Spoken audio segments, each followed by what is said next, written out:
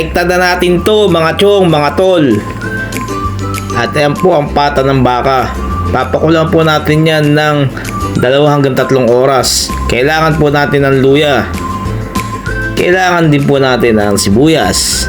Kailangan din po natin ng onion leeks. Kailangan natin ng bawang. Kailangan natin ng star anise. Kailangan natin ng toyo. Kailangan natin ng paminta. Kailangan din natin ng brown sugar. At yan ay napakulo ko na po yan ng 2 hanggang 3 oras at malambot na ho yan. At yung mga rekado natin pinakita kanina ay paghahalo-haloin lang po natin dyan. At imekos-mekos lang po natin, halo-haloin lang natin para mag-combine po ang kanilang mga lasa. Mekos-mekos lang.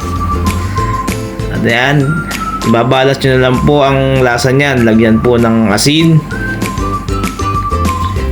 pepper,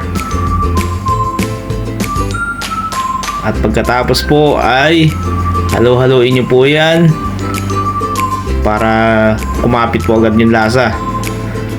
At makikita nyo noon ho, napakalambot niyang aking pinakulo ang pata ng baka.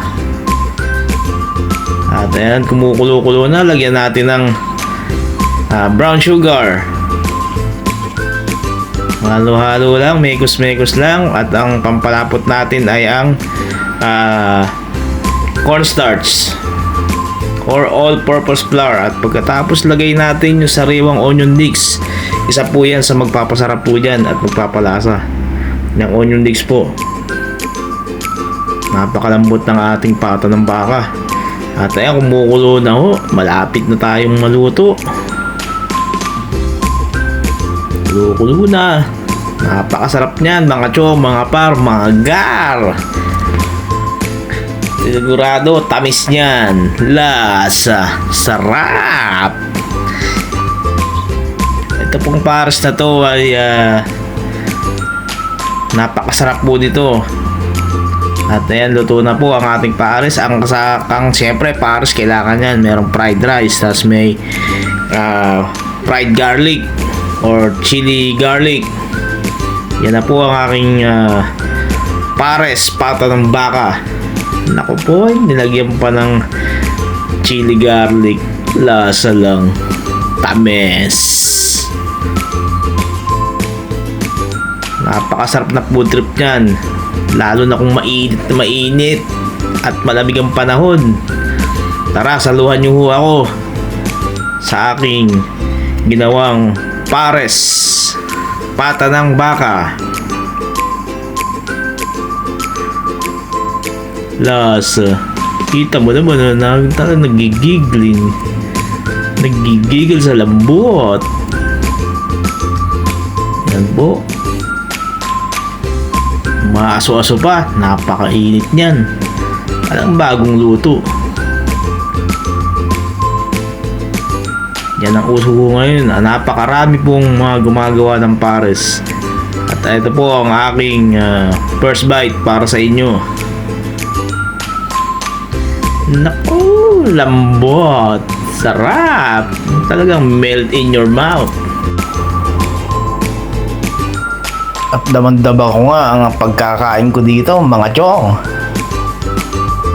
Talagang 2 sunod agad na kanin. Ito po ang aking version ng pares. Ang ginamit ko po ay pata ng baka. Kailangan lang po talaga ay magtsatsagaan nyo lang po dahil matagal pong palambutan yan.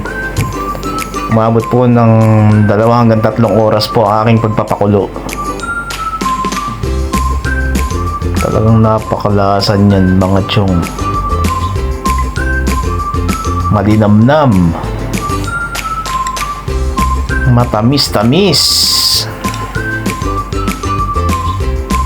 At napakalambot talaga.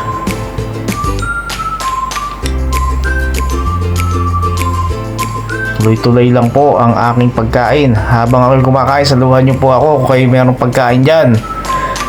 At ito po ang aking second bite. Yun! Lasa.